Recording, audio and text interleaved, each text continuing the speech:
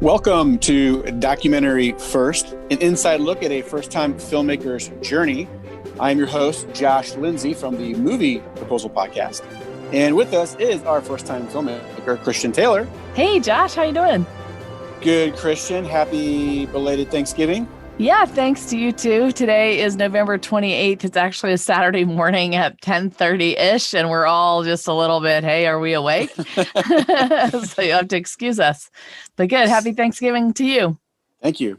And speaking of us, we also have with us Jason Rugg. Hey there. Hey there. And the business manager extraordinaire, Hunter Taylor. How you guys doing? Good. Good morning. Good morning. As Christian said, this is the Saturday after Thanksgiving. We're all shell-shocked, not sure what's going on. But Christian's still on pain meds, so beware. Oh, right. You had a back surgery. That's going generally well, correct? Yeah, it is. I am feeling better. I had a huge, allergic reaction to adhesive bandages of all things, which has, been driving me insane. But it seems to be getting better every day. I think the biggest thing that has happened since I had my surgery is I used to wake up every morning at 4 or 5 in the morning in such excruciating pain. I couldn't lay in bed anymore. And like now, I didn't wake up till 9 o'clock this morning, and my son was calling me from Germany. And I was like, what? It's 9 o'clock. Get out of bed. So I'm going to have to actually start setting an alarm. So that's a good problem to have. It means my back is healing. And so that's awesome. But the last time we saw you, Josh, you were through a steering wheel.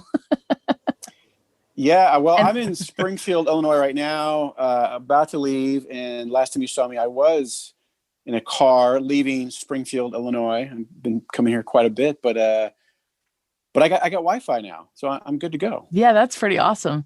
It's interesting. You're back and forth between Springfield and the Wheaton, Illinois area, largely to take care of your parents. And, I know that that's a big challenge. I really appreciate you being able to make time for us in light of that. And as I was thinking about that this morning, one thing I wanted to share in regards to film production over a long period of time is we started this back in 2017. Here it is, almost 2021. And as I was thinking about all of the people's life events, when you make a film, life does not stop. When you're in principal photography, it does seem like it does for a little while. You're living in a bubble with people. If you're on location, you're traveling all around, and you have to forget the rest of the world. Your family or your bills or everything gets put on hold, and you're sort of all focused on this one major effort to get these things done in this short window of time because there's money and time involved.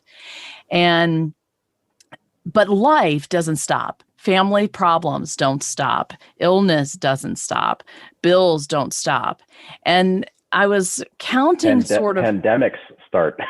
And pandemics could start and don't seem to stop. And I was thinking about this because at one point I remember counting that we had 8 deaths to people on our crew in a very short period of time, like about 4 months. And I remember hearing things, like Raiders of the Lost Ark and several other different productions where they seemed cursed because of all these things that happened, right? And I felt that way at the time because people were either getting really sick or they were losing their grandparents or their parents, and then it dawned on me that a film takes a really long time. It takes a long time. Life happens during that time. So people do lose people close to them, or people do get sick. And you have to take time away from that production oftentimes to deal with family matters. And so I would say for people that are listening, first-time filmmakers, you need to just take that into account. Know that there is a personal cost when you get involved in a big project like this, and don't let it take you by surprise. And Josh, you can speak firsthand. How easy is it to manage family challenges from a distance while you're trying to have a job and a family? It's not easy. However, it's always good to have support systems in place. And so I've got awesome sisters, awesome aunt. So there's a good support system for sure. And without basically a team, it would be near impossible. Yeah, and teamwork does make the dream work. That is a trite saying, but it's super true. And that's why I'd say cultivating healthy family and friend relationships when you're on a film project is critical. I could have never made it without my family. Speaking of which, I still remain completely amazed at the difference that Hunter has made as he's come on board our project. And we want to talk a little bit about that in just a few minutes. I want to give you a quick update. There's not a lot to update you on, and sometimes that happens in the film world. Not a lot happens. It has been Thanksgiving week. It's been very quiet. The last time we talked, our DVD came in. That was exciting. Library of Congress received our copyright materials, so that was done. We are still working on the list of distribution deliverables. One thing that I'm thinking about that's on our list this week is the rights Bible. We have it in a Google format, and we are going to have to take it and put it in a format that a distributor would ask for. Or if you have releases that were signed, they don't want you to send them 1,000 releases. They would like you to put those releases into one PDF document. And so there's a lot of, basic formatting like that takes a lot of time that we're going to have to do. And we received some rejections this week that really hurt. One of them was from Slam Dance. We didn't get in. And we got rejected from another veterans film festival, which is just mind-boggling. I don't understand it. So other than those things, there wasn't a lot that happened this week. The most exciting thing that's happened is watching Hunter process how to try to take us into the next phase of production. And as a creative, my mind went straight away to, all right, we're wrapping up this other project. I have these other film ideas. We need to start working on those. So let's get those projects going. Let's start meeting regularly. Let's put together a production schedule. Let's bring on people that we need to bring on. And Hunter started saying, whoa, hang on. If we're going to do this, we need to make sure that we rethink things from the beginning. And I think he, being on these film festival experiences with me, has heard some things and learned some things that's caused him some pause. And he's been pondering about what we do next. So, Hunter, why don't you share with us sort of what you've learned over the last few weeks and, what you're thinking about now? Well, sure. I mean, going through the film festival circuit over the past few months, it's been illuminating. At the same time, I am wondering how much of my perspective has been colored by the state of film festivals during a pandemic, and I'm wondering if that's been playing into it at all. So I'm having to try to balance my perspective with that understanding. At the same time, a common theme that I keep hearing from all of the different filmmakers that we're being introduced to and that we're networking with is that they keep reiterating that documentaries don't make money. That it's just a labor of love, and that's the only reason why people make documentaries. And so I started thinking about that, and I almost kind of just don't believe it. I just don't think that it's been done efficiently. And the reason why is because documentaries have value. People watch documentaries. People enjoy documentaries. If they didn't, then people wouldn't make them. So if there's value there, that means that there's value that can be extracted. And that's all that a business is. And so the way that I've been looking at this is I'm just trying to understand, maybe there's a better model to producing documentaries. Maybe and we're trying to work through this, whether that's increasing the production quality, or maybe it's drastically decreasing your costs, or maybe it's figuring out a streamlined distribution channel. Maybe there's a better way to go about doing that. And so the process that I'm going through right now is working with Christian, working with Bill, and we're trying to figure out, what do we want to make? But on top of that, what do viewers want to see? What's the market? What's the demand? But at the same time, is there an efficient model where we can extract that value, which translates into revenue? And let me explain a little bit of why that mantra keeps being said, that documentaries don't make money. There are many reasons, and that is a broad generalization. There are plenty of documentaries that do make money. So for, your Ken Burns you're going to make money. Along with several, host of other things. I mean, there are plenty of documentaries that do make money. Usually they are the ones that have a big, huge either name behind them or some sort of, big, entertainment company whose costs can be managed. And documentaries are different than narrative or series in that people want to rewatch. I mean, my husband loves The Sound of Music. He must have watched it probably 1,000 times by now, like over and over and over again. He just loves it. Well, he is not going to watch The Girl Who Wore Freedom, no matter how much he loves it, 1,000 times. So people are not going to rebuy or rewatch a documentary, usually. Again, that's a broad generalization. But once you've learned information, you usually want a new information, a deeper dive into whatever that information is. So that's number one. It's different in the way that it's consumed. Number two, documentaries are, they just don't bring as much money when you go to license them. So the way that it normally works is we will take our film to a distributor. We will give them a license. Typically right now it's a 5-year license. They do not typically, for an independent producer like me, give you any money upfront whatsoever. They will then take your documentary and they will try to license it first to the big broadcast stations, History Channel, American Heroes Network in our case, or whatever. And that licensing deal will be for a year or two. And then money will be exchanged to the distributor, but it's not going to be, $50,000. It will be more like maybe 10. Maybe less. And so then that money goes to the distributor. Part of that is then shared with us. And, a History Channel is not going to buy or license this documentary for a year if we're going to sell it, 5,000 other places. So there's sort of this hierarchy. It goes from, television and broadcast licensing to then the streaming services to then, DVDs to then libraries or whatever. The path is the path, whatever the path is. And with each successive, different sale, the price decreases. And so you begin spreading that among, the distributor takes a cut, then it goes to the production company and then that goes to pay off costs. And then by the time it trickles down, there's not a lot of profit left. There is a long tail that over time you may be able to make some profit.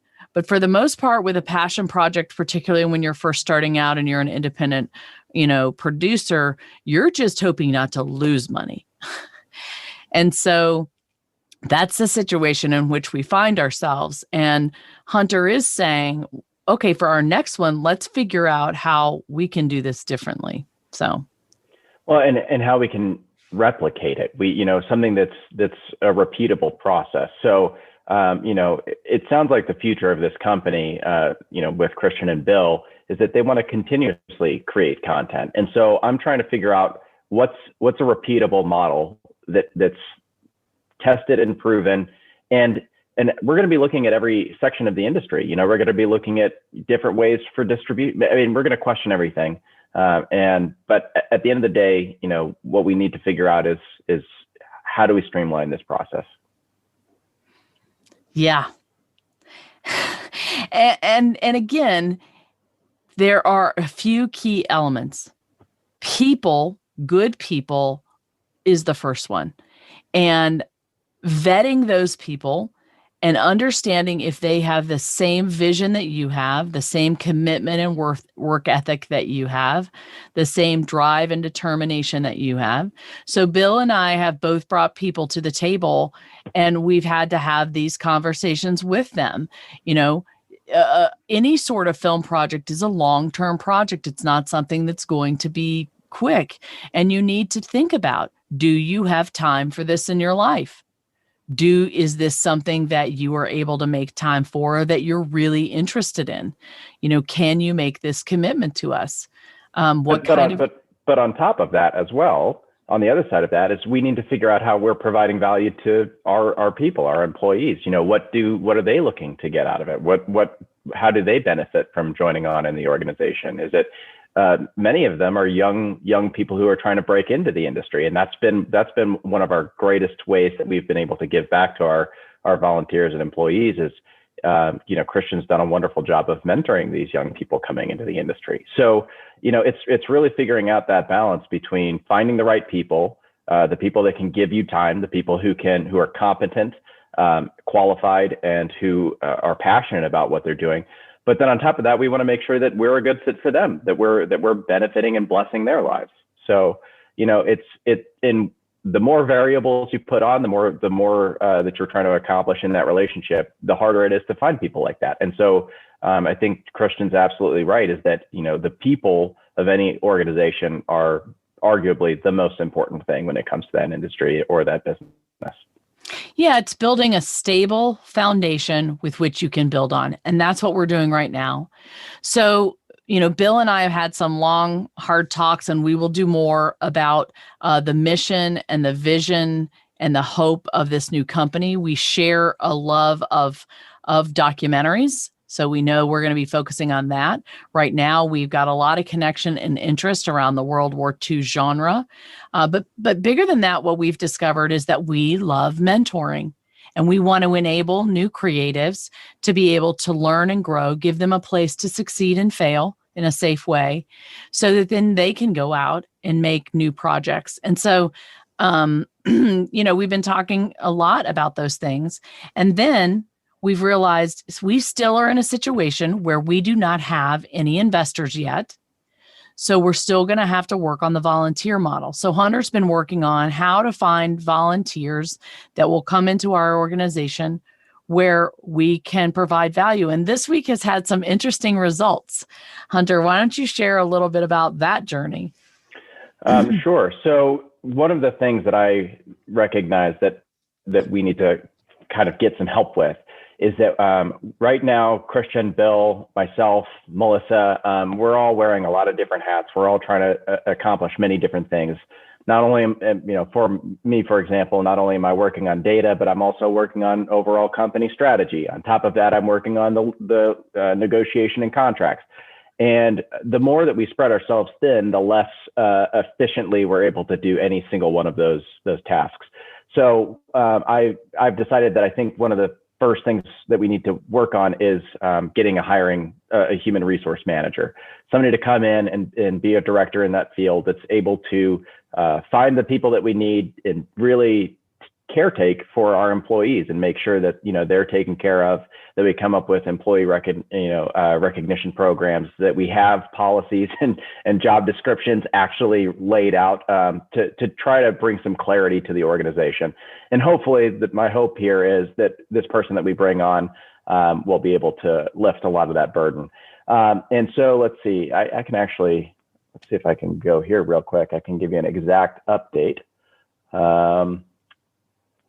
Let's see. So if anybody's interested in applying for any of the Normandy positions, we're currently using LinkedIn. So you can go find us on LinkedIn. And let's see. And I think that's what's interesting. Hunter, this journey was Hunter found a thing where it said for 3 days for free, you can post this advertisement on LinkedIn.